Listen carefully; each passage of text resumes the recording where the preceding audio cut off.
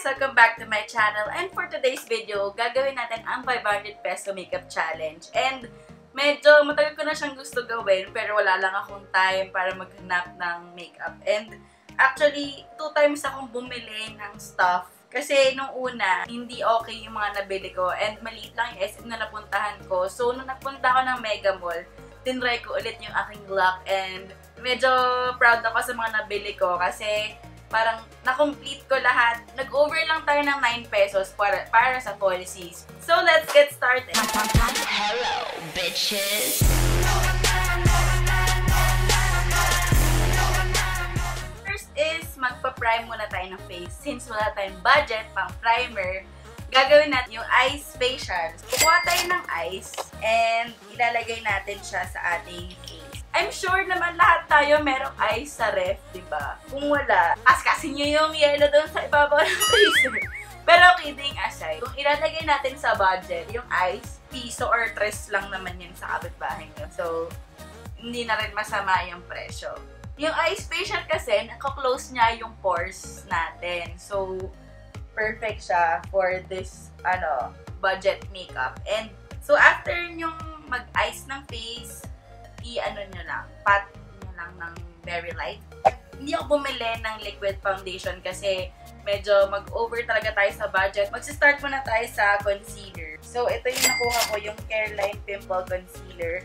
I got it for 100 pesos only. So, i-conceal muna natin yung ating chismis sa face. Medyo na-feel ko na may hapdi siya, no? So, kung na-try nyo naman to, comment down below. Kasi parang, at ganon! Nga pala guys, sa total budget na meron ako, nakabili pa ako ng brushes. So, sobrang panalo talaga guys. Of course, this is not the best concealer na mamimit nyo sa buhay nyo, no? Medyo absent yung coverage na. So, I think we're done with concealing and highlight. Ang next naman natin ay ang powder foundation. Tinry ko na to kanina, pero akala ko kasi magiging okay na kahit basain siya. Nakita ko nung tumatagal, nagbubuo-buo sa. So, very wrong. Dapat talaga, kung gusto nyo basain, yung two-way cake foundation yung kunin nyo. Nakalagay sa likod, 145 pesos. Pero, naka-sale siya for 105 pesos na lang. So, ilalagay lang natin to sa ating highlighted spots. Don't forget the eyes. Pero medyo na-prepare na natin for eyeshadow. Then, powder na natin yung rest of our face. Next, we head on to our eyeshadow. So, I use this color. Ginamitan ko lang nitong parang sponge applicator. Nilagay ko in yung magsisilbi nating base color. Then, blend lang natin. Tapos medyo i-feather natin palabas. So, after ng pink, i-define na natin yung ating face. So, gagamitin natin tong brown. Again, hindi siya matte. Gagamitin natin tong isa pang sponge applicator na nakuha ko. And yun yung ipanglalagay natin ng brown. Diba nga kagulat-gulat na nasaan ang pigment mo, mami? Hindi natin siya maguhang mapa-brown, ano? Try our best. Please! Try kong lagyan ng parang purple. Siyempre, marami talaga siyang fallout. Pero, we'll take care of that later. Later, ang arte. Later, letter A, letter B. Yun na nga po, Dito na tayo sa point na wag na tayo masyadong umasa. At hanggang dyan na lang ang kinaya ng pigment ni Mamshi. Maglalagyan na lang tayo na ating pop of color sa gitna.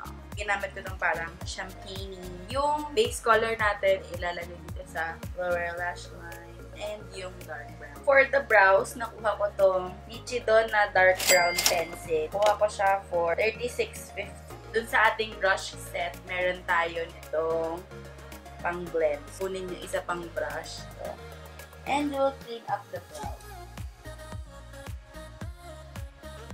And the next, gagawin natin, i-mascara na lang natin yung ating eyes. This is from Ito and nakuha ko siya for only 50 pesos. Since wala nga tayong black eyeliner to tight line, ang technique kong gagawin ay parang, yung gagawin mo medyo messy yung pagmamaskara mo para tumama siya dun sa upper lash line.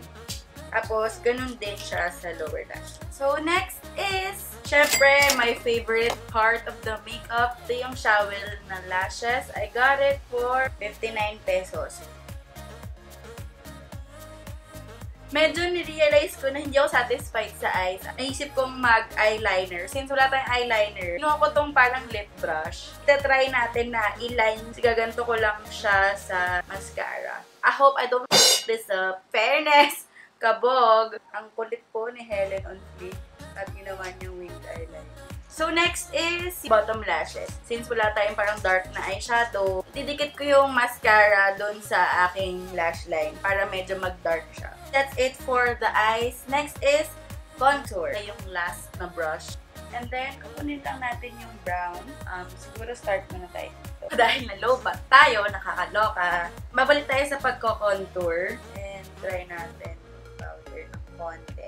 Medyo pang malakasan tong nose line na to, no? And itame natin ng konti. Balikan natin ng foundation. Then, we proceed to our blush highlight. Isip kong gamitin itong medyo champagne. Gamitin ko lang na pa-flat siya. And then, last ay ang ating lipstick. Ito ni talaga ako sure yung ating free lipstick from the promo pack. And every time nag-lip balm muna ako, pero kino-condition ko yung lips ko. Meron ganon itong Nichido. Look, oh my God!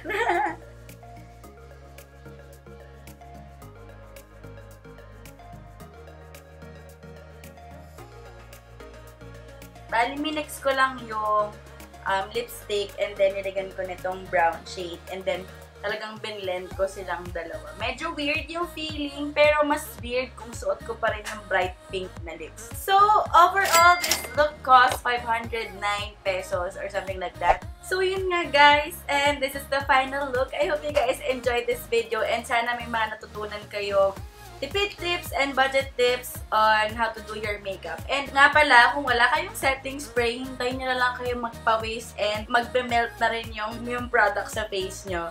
Panoorin nyo yung beauty hacks ko na video. Ang dahil kong pilag na video dito sa video na to, no? Ayan. So, yun na nga po, nalobat ulit ako. Sobrang gigil talaga me. Anyway, if you like this video, don't forget to give it a thumbs up. And don't forget to subscribe to my channel for more videos like this. Thank you guys for watching and I'll see you guys on my next video. Bye!